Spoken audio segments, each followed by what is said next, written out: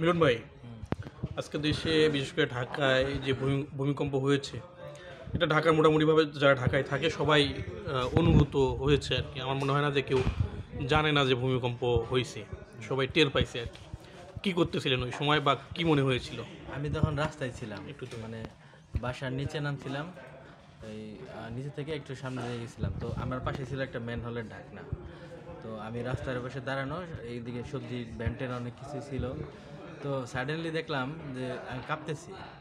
তো আমি ভাবলাম হয়তো শরীর খারাপ লাগতেছে এই জন্য, কিন্তু পরে নিচের দিকে দেখি রাস্তাও কাঁপে।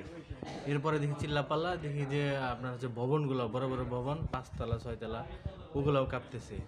তখন বুঝতে পারলাম যে ভূমিকম্প। দুই পাশেই ভবন ছিল। আমি দৌড়ে একটু খোলা জায়গার দিকে যাইতে চাইছিলাম, তো এর মধ্যেই মানে কিছু ওঠার আগেই দেখলাম যে একটু কমে গেছে। তারপর ওখানে দাঁড়িয়েছিলাম। এই তো ভূমিকম্প অভিজ্ঞতা। ঠিক আছে, থ্যাংক ইউ।